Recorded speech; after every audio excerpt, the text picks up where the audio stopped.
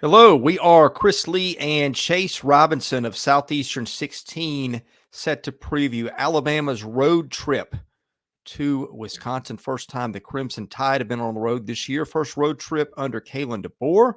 You can catch this one 11 Central on Fox. Alabama about a 16-point favorite with an over-under of 51.5 points, which makes for a predicted final score of 34-18. The model that I put together has got Alabama by even more, by about 19.5 points. We will discuss the matchup and offer a prediction at the end. But first, a reminder, we're brought to you by BetOnline, the world's most trusted betting platform and your number one source for everything football. BetOnline has every stat, every matchup, even live odds and spreads to bet on during the games. Think you know your stuff? Get in on a $200,000 mega contest and pick 5 games against the spread every week for your chance at weekly prizes and a share of $200,000 when the game is over. Head on over to our online casino, get in on a game of blackjack or poker, or unwind with over 150 slots games. Head to the website today to get in on all the action. Bet online, the game starts here. Well, Chase, I think last week, not the performance that either team was looking for, as Wisconsin got by Western Michigan in a game that was probably not as easy a win as Wisconsin fans were expecting. And then Alabama, with a blitz at the end, separated from South Florida for a final that's really misleading if you watch this whole game. So, yeah, it's going to be interesting to see which team takes a step up next week, because I think both teams needing to see better than they saw on the whole a week ago. Right, and Wisconsin, they've both their first 2 games, both of them they've scored 27 points. They at times Western Michigan really challenged them. South Dakota, the other team that they've played, also challenged them at times. And so, yeah, I think Wisconsin's looking for kind of that breakthrough game. And you look at their quarterback, Tyler Van Dyke, and he just hasn't quite brought the consistency that they've been looking for. He was in a quarterback battle with Braden Locke to start the fall camp, and they just felt like Van Dyke could get more done on the ground than Locke could. And we're seeing that some. He showed kind of his big play capability early in their latest game, and but still, I feel like Wisconsin's really still trying to find their identity offensively. And Luke Fickell's a good coach. We've seen him progress up the coach rankings there, and so I think he'll have them ready and in a good position.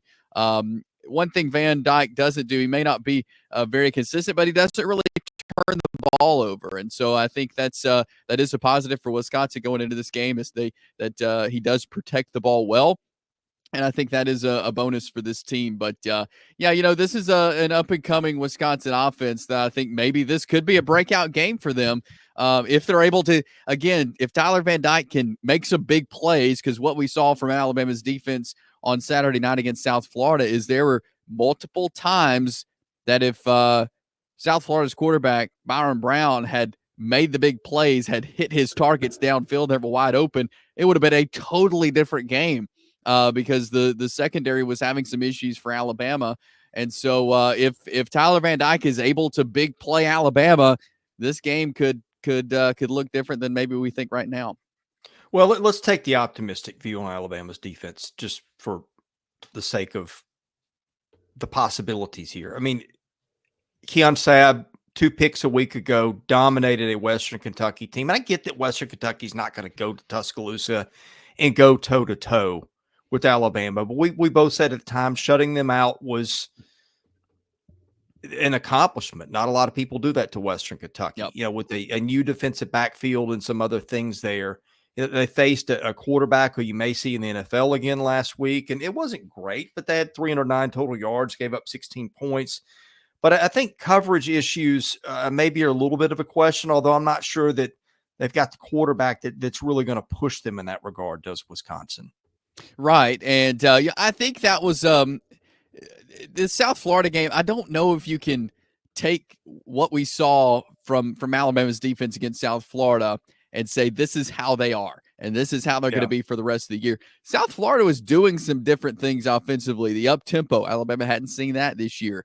And that's hard to replicate in practice, of this up-tempo offense. And and Alex Galesh, who is a fantastic play caller, was calling plays as the head coach for South Florida. And so I feel like we can't take what we saw and say this is the Alabama defense. I do think they're better than that. I think the secondary is better than that.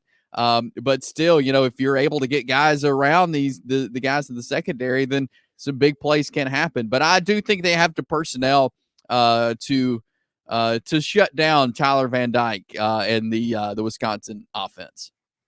All right, let's talk about Alabama having the ball. It wasn't a dominating offensive performance like it was in week one, but it was a balanced one. It's clear to me this team's got a lot of weapons. We've seen Jalen Milroe turn it on when he wants to. We've seen what I guess now 3 backs have solid performances. We know what Milroe can do in the run.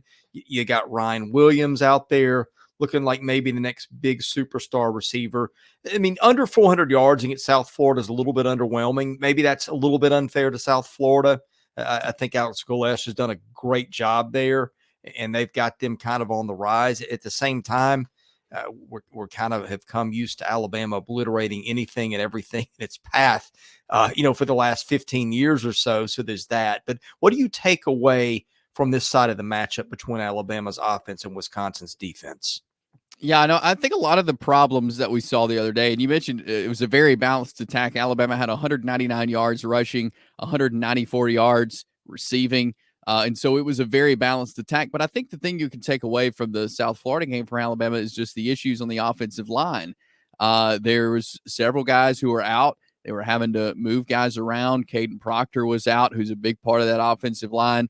Tyler Booker had to move from tackle to guard. And so things were just not what they had planned for going into the season, and especially going into that game. And so there were a lot of big plays that were made by the offense that were brought back because of penalties. I mean, there was a lot of penalties in this game. And so I think that's something that once Alabama cleans up the offensive line, cleans up the penalties, but get some of these guys back on the offensive line, I think it looks much different. Jalen Milroe barely had time to think on some plays, and there was so much pressure coming. And so I think the offense will look different once you have the offensive line in place. And Kalen DeBoer said after the game in his post-game press conference after Saturday night that the offensive line will look different next week at Wisconsin.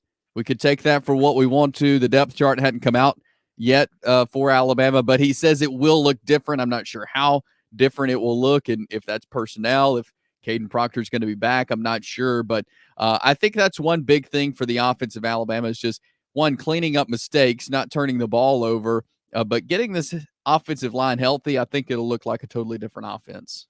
All right, let's go to predictions. I am a little concerned about Alabama's offensive line issues. Also concerned 13 penalties for 120 yards. I mean, you go to Camp Randall, they're going to be loud and waiting for you. And I am a little worried about Alabama not having its act together in that regard. But the name of the game in this day and age is offense, Chase. You're looking at a team in Wisconsin that scored 27 points against South Dakota and 28 points against Western Michigan. And in Western Michigan, just based on preseason stuff, that's not one of these, sleeper MAC teams. They're supposed to be, in the 100s of your rankings of 134 FBS teams from what I've seen.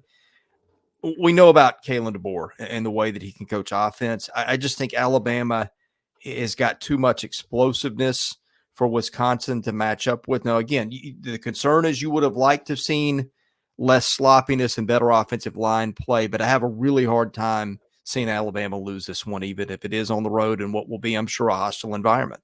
Yeah, I think I got the Tide winning this one. It may be closer than we think it may be, just because of the atmosphere and if the offensive line isn't like like it should be for Alabama. But I will say this team, and I think you saw that in the fourth quarter, this Alabama team, they're not going to give up. They're going to keep fighting. Even in a close game, they ended up, scored several touchdowns in the fourth quarter. So I'm going to take Alabama winning up there at Camp Randall. But what should be a fun game, I think, an entertaining 11 a.m. game there in Wisconsin. We cover SEC football, basketball, baseball year-round. Hit that subscribe button, hit the like button, enable your notifications. Caroline.smith@southeastern14.com for advertising inquiries. For Chase Robinson, I'm Chris Lee. We are Southeastern 16, presented by BetOnline.